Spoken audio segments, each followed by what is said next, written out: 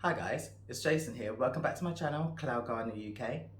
So today I'm going to show you how to rescue your store-bought basil. Now sometimes you can bring this stuff back home and after about 2 or 3 days it's on death's door. So I'm going to show you how to revive it and then I'm going to show you what you can do with it after that. So without further ado, let's go get right into this. The day after bringing the plant home, I noticed that it started to wilt. So I grabbed one of my ratchet containers and popped her in some water. Then I did what any unself-respecting person would do in the middle of a global pandemic. I went straight onto the website to complain. But these cyber Karens had already beat me to it. After 3 days soaking in the bath, she was kind of coming along nicely. And then by day 4, she was looking like this. Now I'm going to move it to a bigger pot. To remove the plant from the pot, I place one hand on the soil and then the other on the pot, and I gently squeeze and tap and tease the pot away from the plant. Now this absolute mess explains everything. The root system is completely overgrown for this pot. In actual fact, when you buy basil like this, there are many individual plants to make up that one pot.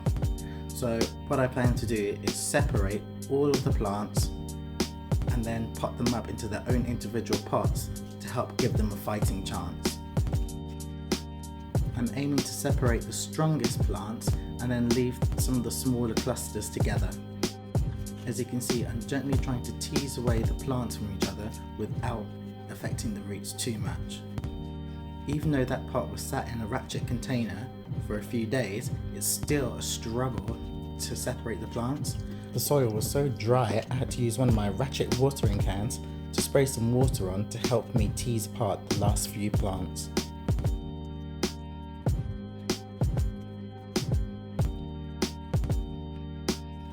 And then grabbed a small pot, put some compost at the bottom, placed one of the plants into the pot and then slowly began to backfill it with some soil. I then repeated this process, putting the larger, stronger plants into pots by themselves and then the smaller, weaker ones into clusters of 2 or 3 plants per pot.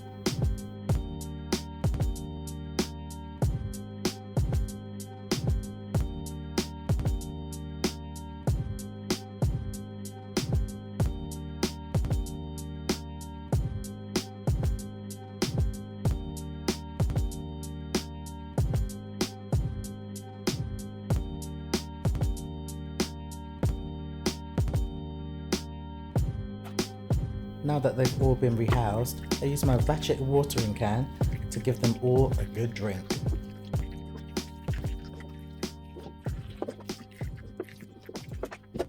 Hey guys, so from that one pot I managed to make 8 individual small pots of basil. I'm really chuffed with that. What I'm going to do with these is I'm going to leave a couple indoors for my indoor herb garden and then the rest I'm going to dot around the cloud garden. And the great thing with basil is they're actually a bug repellent. So if I dot them around the garden, that means I'm going to make sure that my garden is protected from all those nasty bugs. The other thing I'm going to do with some of these is I'm going to plant them with tomatoes. By planting them with the tomatoes, I'm going to maximize on the space of my containers. When you're balcony gardening, you've just got such a tiny space to grow.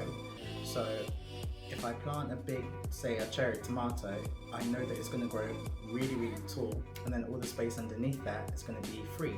So by planting in the basil, I'm going to maximize the yield I can get from that one container. I hope that was helpful to you. And like I said, it's just store-bought basil, so there's no reason why you can't give this a try at home. I hope you enjoyed this video. Please don't forget to hit that notification bell so that you know when I upload videos. Hopefully see you again soon. Happy gardening!